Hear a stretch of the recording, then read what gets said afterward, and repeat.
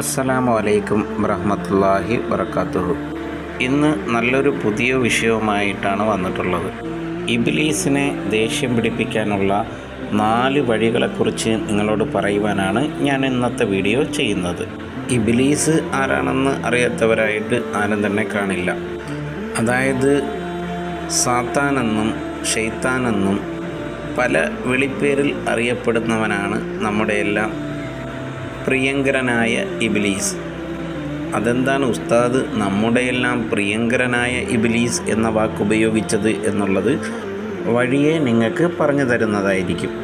അപ്പോൾ നമുക്ക് വിഷയത്തിലേക്ക് കടക്കാം.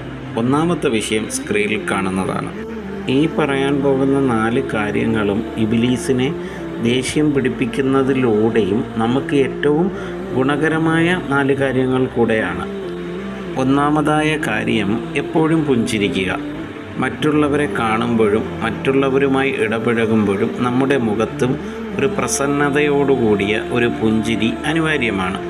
ആ പുഞ്ചിരിയിലൂടെ നമ്മുടെ സ്വഭാവത്തിനുണ്ടാകുന്ന മാറ്റങ്ങളും മറ്റുള്ളവരോടുള്ള പെരുമാറ്റത്തിൽ ഉണ്ടാകുന്ന, അതായത് നമ്മുടെ സ്വഭാവത്തിലെ ഒരു ക്വാളിറ്റിയാണ് ഞാൻ ഉദ്ദേശിക്കുന്നത്, ഒരു നല്ല ക്വാളിറ്റി ഉണ്ടാവുവാൻ നമുക്ക് സാധിക്കും.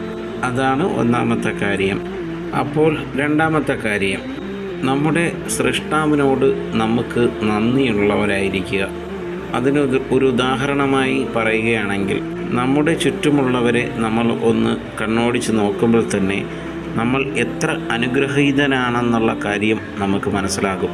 നമ്മുടെ സൃഷ്ടാവ് നമുക്ക് തന്നിട്ടുള്ള അനുഗ്രഹങ്ങളിൽ നമ്മൾ എപ്പോഴും അവനോട് നന്ദിയുള്ളവരായിരിക്കുക. അടുത്തതായി മൂന്നാമത്തെ കാര്യം വളരെ ഇമ്പോർട്ടൻ്റായ ഒരു കാര്യമാണ്.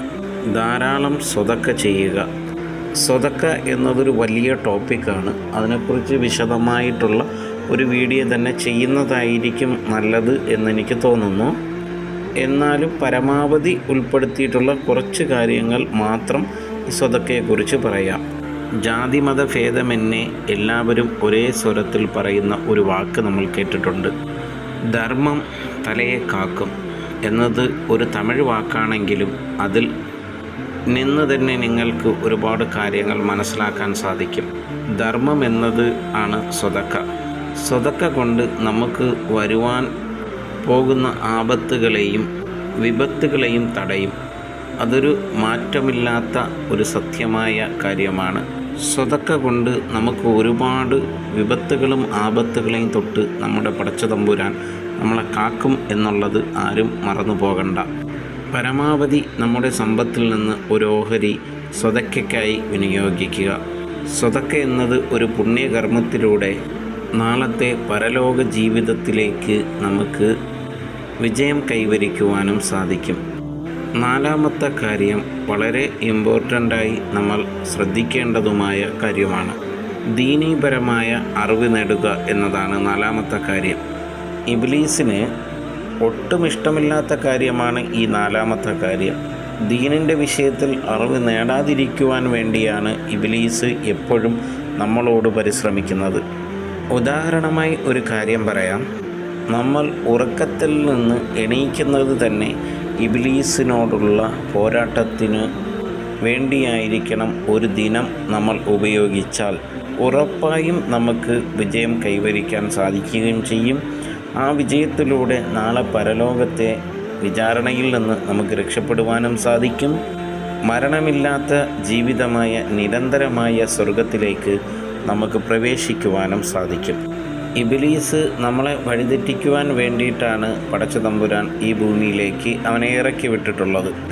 അവൻ്റെ കടമ അവൻ കൃത്യമായി നിർവഹിക്കുകയും ചെയ്യും. അതിനായി അവന് അധികാരവും പടച്ച തമ്പുരാൻ നൽകിയിട്ടുമുണ്ട്.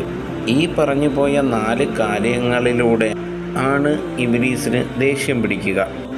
ഇബ്ലീസിനെ ദേഷ്യം പിടിപ്പിക്കലിലൂടെ നമ്മുടെ വിജയമാണ് നമ്മൾ കരസ്ഥമാക്കുന്നത്.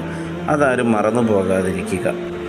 ഈ പറഞ്ഞ 4 കാര്യങ്ങൾ നമ്മുടെ ജീവിതത്തിൽ പകർത്തുകയാണെങ്കിൽ തന്നെ നമുക്ക് ഒരുപാട് കാര്യങ്ങളിൽ വിജയം കൈവരിക്കാൻ സാധിക്കും.